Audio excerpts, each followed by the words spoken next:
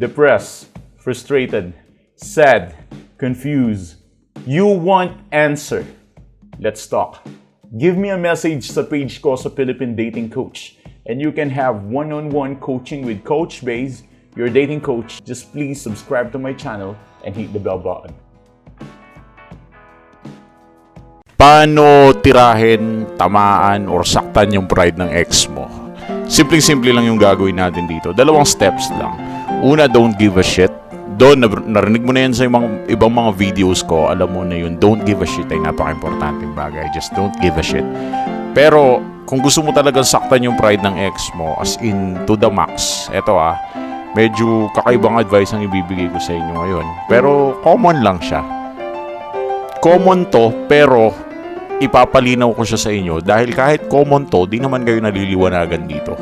Kung gusto nyo saktan ng pride ng ex nyo, palitan nyo ng bago. Sandali, coach.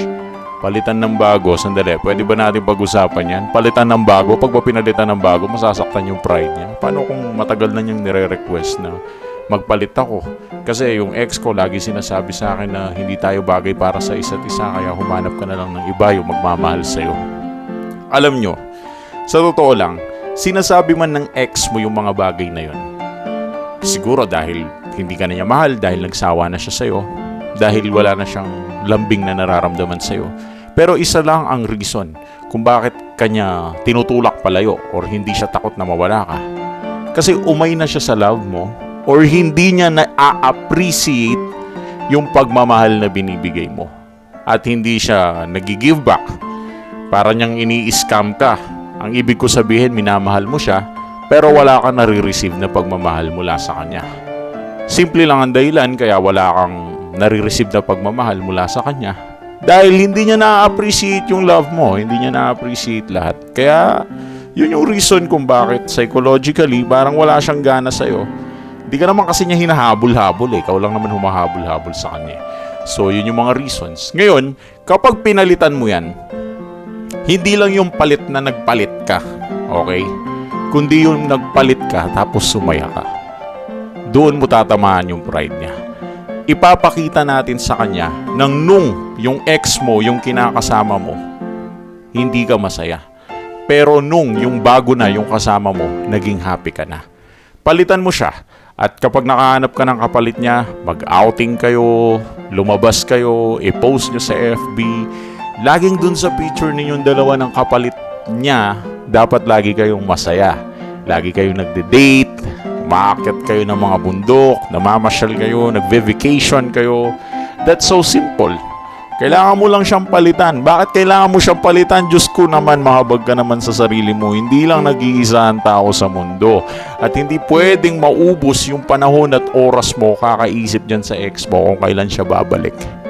So sa madaling salita, never na naging advisable na bumalik siya sa life mo. At ang pinaka-advisable na gawin mo is palitan mo. Kaysa maghintay ka pa, Diyos ko, ang dami, bilyon ng tao sa mundo. Ilang beses, ilang ulit ko bang sasabihin sa inyo? Bilyon ng tao sa mundo. Bakit kayo nagpapakahirap sa isa na hindi naman kayo mahal? Ano bang pinaggagawa nyo sa buhay nyo? Magbago naman kayo. Okay, mag-self-improve kayo. Yan, may chance pa kayong mabuhay. Diba? Exercise. Hindi importante kung anong edad mo. Ang importante yung sineshape mo yung body mo. Ang importante, inaalagaan mo yung sarili mo. Kung babae ka, nagpapaganda ka dapat. Hindi excuse yung tinatamad ka tsaka madami kang ginagawa. Kung naman lalaki ka, magpayaman ka, papogi ka. Diyos ko, ang daming paraan. Hindi habang buhay, iiyak ka lang sa sulok. At ngayon, kung mawala na siya at gusto mong tamaan yung pride niya, humanap ka ng iba. Yun ang pinakatanging paraan para saktan mo yung pride niya. Kasi, di mo naman matatamaan yung pride niyan sa pagganyan-ganyan lang. No contact rule, no contact. Pwede. Pero kung gusto mo talaga siyang ma-feel down, kailangan niyang makita sa'yo na masaya ka sa taong kasama mo. Imagine, nagbe-vacation kayo, di ba? Pumunta kayo ng Surigao, di ba? Okay, nagboracay kayo. Nakasuot pa kayo ng mga belt para hindi kayo malunod. Then picture, smile, right? Imagine mo yun, may ibang ibang tao kang kasama at hindi siya yun. At yung mga bagay na hindi mo ginagawa sa kanya noon, ginagawa mo to sa tao na nakilala mo ngayon. I-post mo sa FB kung gaano mo kamahal tong bagong tao na to. I mean, gawin mo to out of love dahil may pagmamahal ka dito sa bagong karelasyon mo. Ngayon, kung sasabihin nyo sa akin, Coach, hindi pa ako handa maghanap ng karelasyon, ayoko maghanap ng rebound, walang problema. Hindi ko naman sinabing agad-agad, hindi ko naman sinabing humanap ka agad. Simple lang ang sinasabi ko ngayon, kung gusto nyong tamaan yung pride ng ex nyo, ipakita nyo sa kanya na hindi siya yung the best at may ibang tao pa na mas the best kaysa sa kanya. Pasilosin nyo siya sa paraang magiging maligaya kayo with other person. Yun eh. Yun yung pinaka-ano natin dun, pinaka-climax natin dun eh. So, I think that would work. Kaya, if you want to hit the pride of your ex, simpleng-simple lang ang dapat mong gawin. Stay put, don't give a shit, stay calm. Relax. Pagpalit mo! Thanks for watching.